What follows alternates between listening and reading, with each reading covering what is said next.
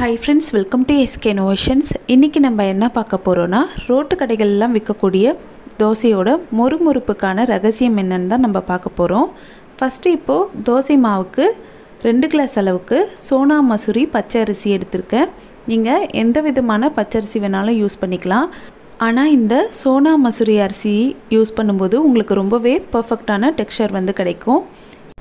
எந்த கிளாஸ்ல அரிசி அளந்தீங்களோ அதே கிளாஸ்ல அரை கிளாஸ் அளவுக்கு உளுந்து சேர்த்துக்கோங்க. கூடவே அரை கிளாஸ் அளவுக்கு கடலை பருப்பு சேர்த்துக்கலாம். 2 கிளாஸ் அரிசிக்கு அரை கிளாஸ் உளுந்து, அரை கிளாஸ் கடலை பருப்பு சேர்த்துருக்கேன். இது கூட பார்த்தீங்கன்னா 1 டீஸ்பூன் அளவுக்கு வெந்தயம் சேர்த்துக்கலாம். இப்போ இதை நல்லா கழுவிட்டு நம்ம தண்ணி ஊற்றி இதை ஊற வச்சுக்கலாம். தண்ணி சேர்த்துட்ட பிறகு இதை ஒரு 7லிருந்து 8 மணி நேரம் நல்லா ஊற வச்சுக்கலாம். இப்போ இது ஊறிட்ட பிறகு நான் உங்களுக்கு காட்டுறேன் பாருங்கள். இப்போ பார்த்தீங்கன்னா ஒரு 7 மணி நேரம் ஆகிடுச்சு. இந்த டைமில் நீங்கள் அரிசி அளந்த கிளாஸ்லேயே அரை கிளாஸ் அளவுக்கு வெள்ளை அவல் சேர்த்துக்கோங்க.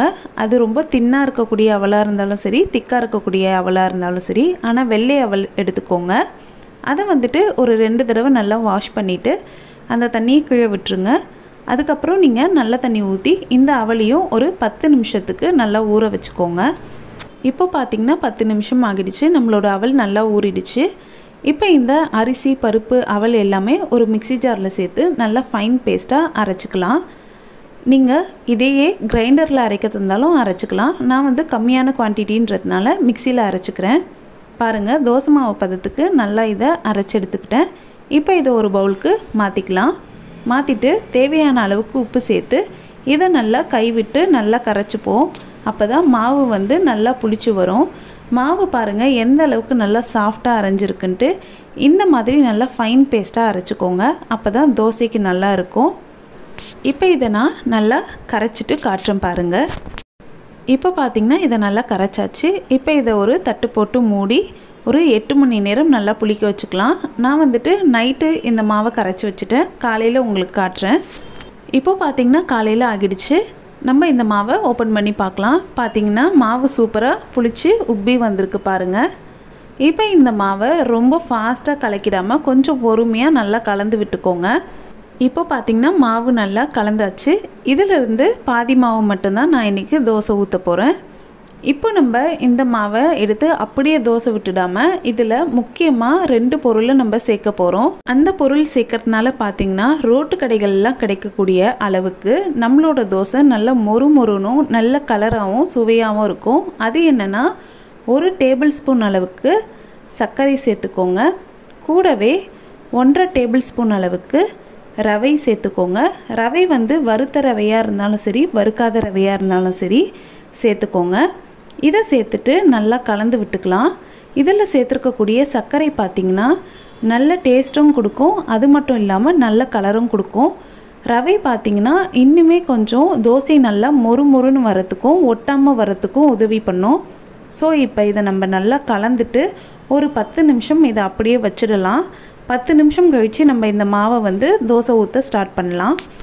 இப்போ பார்த்திங்கன்னா 10 நிமிஷம் ஆகிடுச்சு. நம்ம ஒன் டைம் இதை நல்லா கலந்து விட்டுட்டு தோசை ஊற்ற ஆரம்பிக்கலாம். மாவு பார்த்திங்கன்னா ரொம்ப கெட்டியாகவும் இருக்கக்கூடாது, ரொம்ப தண்ணியாகவும் இருக்கக்கூடாது. கெட்டியாக இருந்தால் கொஞ்சம் மொறுமொறுன்னு வராமல் இருக்கும். தண்ணியாக இருந்தால் வளவலன்னு ஆகிடும். அதனால் இந்த கன்சிஸ்டன்சியில் இருக்கிற அளவுக்கு பார்த்துக்கோங்க. பாருங்கள், எந்த அளவுக்கு உங்களால் நல்லா பெருசாகவும் தின்னாகவும் ஊற்ற முடியுமோ அந்த அளவுக்கு ஊற்றிக்கோங்க. தோசை பார்த்திங்கன்னா ஃபுல்லாகவே மீடியம் ஃப்ளேமில் வச்சு வேக வச்சுக்கோங்க. ஓரளவுக்கு தோசை வெந்ததும் இந்த மாதிரி மேலே கொஞ்சமாக எண்ணெய் விட்டு நல்லா தேய்ச்சி விட்டுக்கோங்க. அப்போ நமக்கு தோசை நல்லா தின்னாக கிடைக்கும். அதே மாதிரி தோசைக்கல்லை ஒரே இடத்துல வைக்காமல் எங்கெங்கெல்லாம் தோசை வேகலையோ அங்கெல்லாம் தோசை வேகிற அளவுக்கு கொஞ்சம் தோசைக்கல்லை நகர்த்தி வச்சுக்கோங்க. ஃபுல்லாகவே பார்த்திங்கன்னா மீடியம் ஃப்ளேமில் வைங்க. அப்போ தான் நல்லா உங்களுக்கு கிறிஸ்பியாக கிடைக்கும். அதே சமயம் நல்ல கலரும் உங்களுக்கு கிடைக்கும்.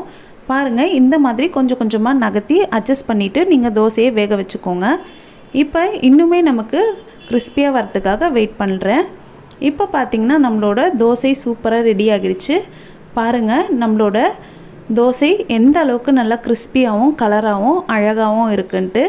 இது பார்த்திங்கன்னா கலர் மட்டும் இல்லை, சாப்பிட்றதுக்கும் ரொம்பவே டேஸ்ட்டாக இருக்கும்.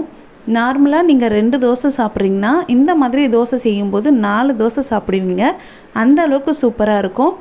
இதில் சேர்க்கக்கூடிய சர்க்கரையும் ரவையும் தான் இந்த தோசை இந்த அளவுக்கு கலராகவும் மொறுமொறுனும் வரதுக்கான காரணம். கண்டிப்பாக அடுத்த முறை ரோட்டு கடை தோசை செய்யணுன்னா இந்த மெத்தடை ட்ரை பண்ணி செய்து பாருங்கள். ரொம்பவே சூப்பராகவும் பர்ஃபெக்டாகவும் வரும்.